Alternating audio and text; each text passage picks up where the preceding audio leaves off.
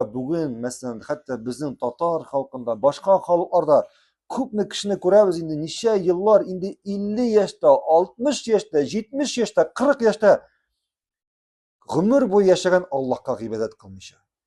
Allohga ibodat qilmish, nindi gunoh bor, barisini da ishlagan. Mana senga shig'irga yo'l. Alloh a'lam, ko'pmi sening umring qolgandir.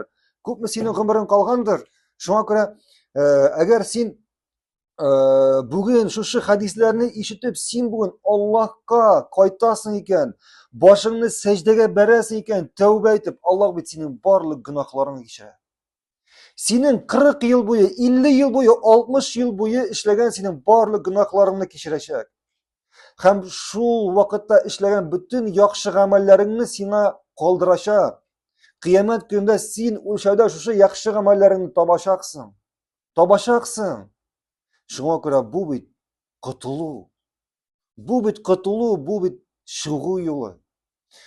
Şulay kirisinçe kile hadislerde kişi ömür boyu yakşı amel kılıp işlerge mümkün.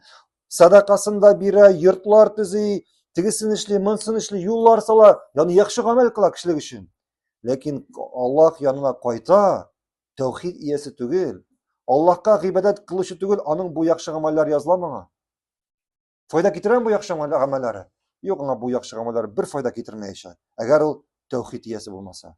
Eğer o tevhid iyesi olmasa. Şuna göre eğer bugün indi ömrün ötüp de indi ibadet kılmadın iken Allah alem belki senin 3 günün ömrün kalgandır. Belki senin 3 günlük ömrün kalgandır. Belki şu senin 3 günde başını secdeye barıp berip Allah'a ibadet kılıp Allah senin bütün ömür boyu kılgan günahlarını kişirip Allah yana Müslüman bulup tevhid iyesi bulup kaytırsın. Şuna göre